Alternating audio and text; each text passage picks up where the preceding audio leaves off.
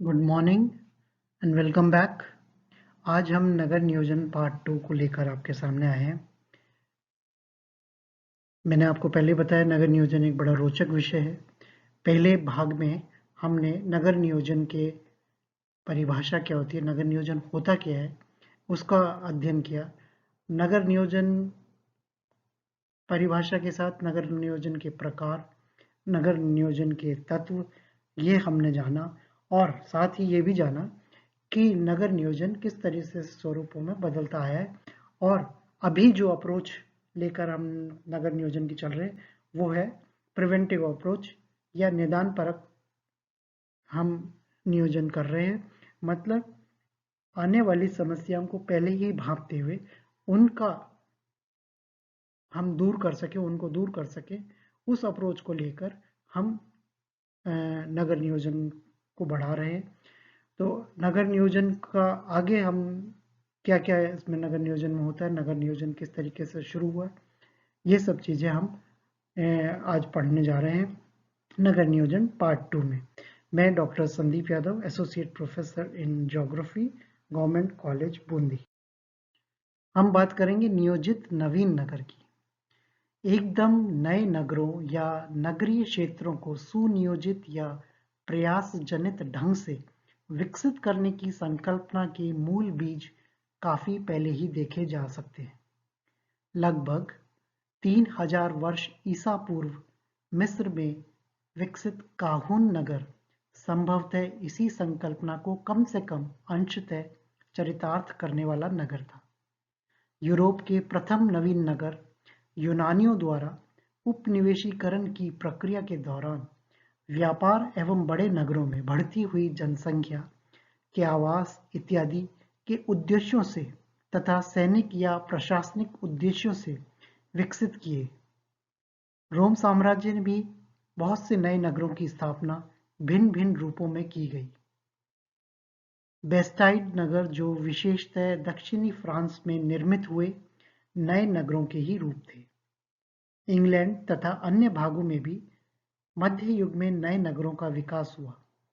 Europe निवासियों के अमेरिकी उपनिवेशीकरण की अवधि में काफी नए नगर अस्तित्व में आए, जैसे फिलाडेल्फिया, विलियम्सबर्ग वर्जीनिया में 1699 तथा सवाना जॉर्जिया में 1733 में, जो मुख्यतः ग्रिड प्रतिरूप पर निर्मित हुए थे।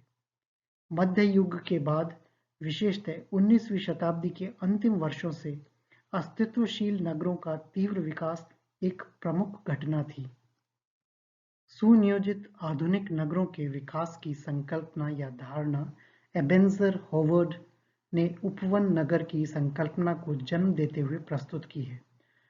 ये कंपटीशन के लिहाज से आपके लिए इम्पोर्टेंट है जानना कि उपवन नगर की संकल्पना किसने दी, तो आपको पता होना चाहिए एबेंजर होवर्ड ने दी। साथ ही इसमें कई पुस्तकों के नाम भी आएंगे जो भी कंपटीशन के लिहाज से आपके लिए इम्पोर्टेंट है और आपको पता होना चाहिए कि वो किसके द्वारा लिखी गई है। लंदन निवास के अपने अनुभवों में उन्होंने इतने विशाल नगर में अनेक समस्याएं पाई जो नगरीय जीवन को समुचित रूप से ले चलने में काफी कठिनाइयां और परेशानियां पैदा करती हैं। अपनी पुस्तक tomorrow a peaceful path to real reform 1898 में तथा उसका संशोधित रूप गार्डन सिटीज ऑफ टुमारो 1902 में उन्होंने उपवनों से युक्त नए नियोजित नगर को बसाने की संकल्पना प्रस्तुत की। इस संकल्पना के अनुसार किसी नगर की वृद्धि की कार्यात्मक सीमा होती है और इसीलिए उन्होंने लंदन की अतिवृद्धि के समाधान के रूप में सीमित क्षेत्रों और जनसंख्याओं वाले नए केंद्रों के विकास का प्रस्ताव प्रस्तुत किया। ऐसे नवीन नगर की आदर्श जनसंख्या उनके अनुसार 30,000 होनी चाहिए तथा ऐसे नगर में क्षेत्र और जनसंख्या के सीमित होने के अतिरिक्त वृद्धि उपनिवेशीकरण से होनी चाहिए। आर्थिक सामाजिक अवसरों में वैभिन्न तथा आत्मनिर्भरता होनी चाहिए और सार्वजनिक हित की दृष्टि से भूमि पर नियंत्रण भी होना चाहिए। होवर्ड के उपवन नगर में नगरीय और ग्रामीण दोनों प्रकार के जीवन के सर्वोत्तम पहलुओं को समाविष्ट करने का प्रयास किया गया है। होवर्ड ने उपवन शहर को कई वार्डों अथवा पड़ोसी इकाइयों नेबरहुड्स में विभाजित किया हुआ संकल्पित किया है, जिनके भीतर की ओर पार्कों का प्रावधान था तथा शहर के केंद्र में एक स्कूल की संकल्पना की गई। ये वार्ड या इकाइयां अरीय ढंग से व्यवस्थित थी। मतलब आप गोला खींचते हैं तो गोले में से जो त्रिज्या होती है, त्रिज्या के रूप में ये फैलती हुई नजर आई। शहर के इन वार्डों के बाहर की ओर समूचे शहर को परिधि के रूप में घेरने वाले रेल मार्ग, शहर के सीमांतों पर उद्योगों की स्थिति, जहां से आवासीय वार्डों तथा रेल मार्ग दोनों से पहुंच अत्यंत आसान थी, तथा शहर की भौतिक सीमा के रूप में एक हरित पेटी, ये होवर्ड द्वारा वर्णित नगर की अन्य प्रमुख विशेषताएं हैं। होवर्ड महोदय की इस संकल्पना तथा कार्यों के परिणाम स्वरूप प्रथम उपवन शहर की स्थापना या निर्माण 1903 में लंदन से लगभग 56 किलोमीटर दूर लेशवर्थ के रूप में किया गया। वित्तीय तथा अन्य कुछ कठिनाइयों के कारण लेशवर्थ योजना धीमी गति से ही कार्यान्वित हो सकी। ब्रिटेन में गार्डन सिटी एसोसिएशन के निर्माण 1899 का श्रेय भी होवर्ड महोदय को ही है, जो बाद में town and country planning association का आधार बना। होवर्ड के नेतृत्व के बाद पश्चिम के बहुत से और भी देशों में इसी प्रकार के उपवन नगर संघों या परिषदों की स्थापना हुई तथा 1913 तक विश्व के 7 अन्य देशों में भी उपवन शहरों के कुछ रूपों का निर्माण या विचार विमर्श किया जा चुका था। लंदन से लगभग 20 मील की दूरी पर इंग्लैंड में एक दूसरे उपवन नगर वेल्विन का निर्माण 1920 में किया गया। रूस तथा इजराइल के अतिरिक्त, जहां ब्रिटेन की ही तरह नए नगरों की राष्ट्रीय नीति कार्य कर रही है, विश्व के कुछ अन्य प्रमुख देश जहां नए नगरों का निर्माण हो चुका है या चल रहा है, ये हैं संयुक्त राज्य, Canada, France, Germany, Netherlands, Sweden, दक्षिणी अफ्रीका तथा भारत। सोवियत रूस में नए नगरों का विकास सबसे अधिक संख्या में हुआ है। बताया जाता है कि 1926 से 1963 की अवधि में 800 से अधिक नए नगरों का विकास यहाँ हुआ। ये हम पूरे सोवियत रूस की जो बात कर रहे हैं, ये सोवियत रूस और उसके संघीय देशों की बात कर रहे हैं जो इससे अलग हुए, जिसमें से 1/3 पूर्णतः अविकसित क्षेत्रों में विकसित किए गए। भारत में नए नगरों का विकास सबसे अधिक उत्तर स्वतंत्रता काल में ही हुआ है। नए नगरों के नियोजन में बहुधा इन सभी तत्वों एवं पहलुओं का ध्यान रखा जाता है। किसी आदर्श या इच्छित आकार, क्षेत्रफल और जनसंख्या घनत्व तथा नगरीय विस्तार या वृद्धि की सीमाओं एवं अंकुशों का निर्धारण, एक पूर्ण नगरीय बस्ती के लिए आवश्यक सभी तत्वों का प्रावधान, आत्मनिर्भरता तथा सामाजिक आर्थिक संतुलन की अधिकतम संभव मात्रा, भवनों या बस्तियों के सौंदर्य एवं डिजाइन की कलाओं, मापदंडों, विधियों एवं संकल्पनाओं का यथासंभव सामंजस्य तथा भूमि स्वामित्व के स्वरूपों, प्रकारों तथा मात्राओं इत्यादि का निश्चय।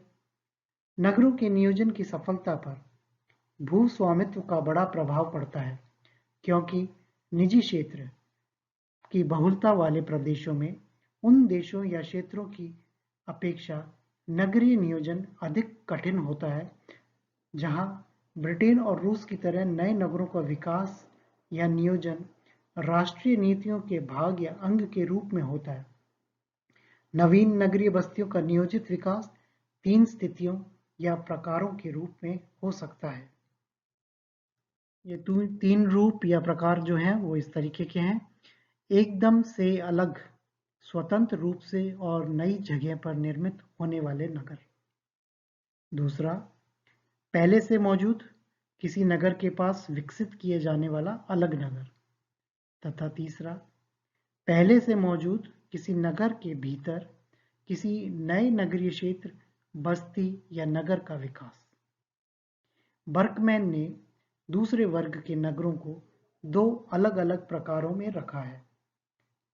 किसी मौजूद छोटे नगर या वृद्धि केंद्र के पास विकसित किया गया नया नगर तथा किसी मौजूद शहर के उपग्रह के रूप में विकसित नया नगर।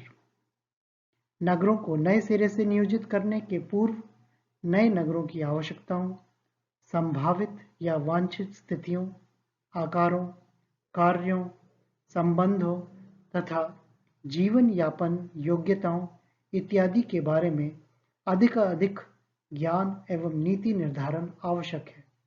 अतः इस कार्य में नगर नियोजन और प्रादेशिक नगरीय नियोजन अथवा प्रादेशिक विकास नियोजन दोनों को पूरक के रूप में देखना होगा। हम बात कर रहे थे नवीन नगर नियोजन की।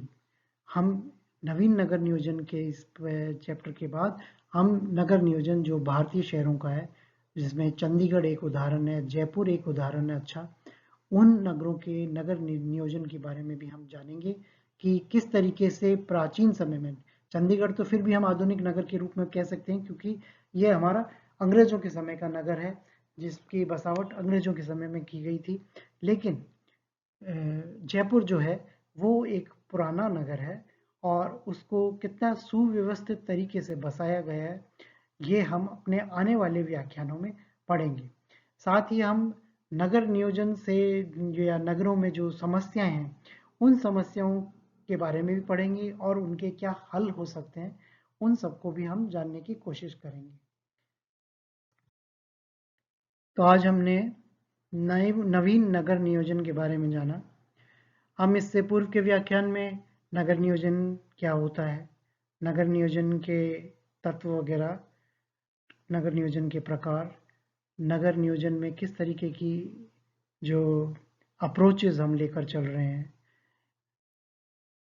सिंगल अप्रोच या बहुउद्देशीय अप्रोच, या हम क्यूरेटिव अप्रोच या प्रिवेंटिव अप्रोच लेकर चल रहे हैं। ये चीज़ें हमने पहले व्याख्यान में जानी थी। इस व्याख्यान में हमने ये जाना कि किस तरीके से गार्डन सिटी का जो एक उपवन शहर का जो एक कॉन्सेप्ट आया था, संकल्पना आई थी, वो किस तरीके से देखते देखते यूरोप, इंग्लैंड और संयुक्त राज्य अमेरिका में इसका विस्तार हुआ। साथ ही हम अब आने वाले व्याख्यानों में नगर नियोजन से ही संबंधित और भी कई चीज़ों के बारे में जानकारी हासिल करेंगे। आज के लिए इतना ही।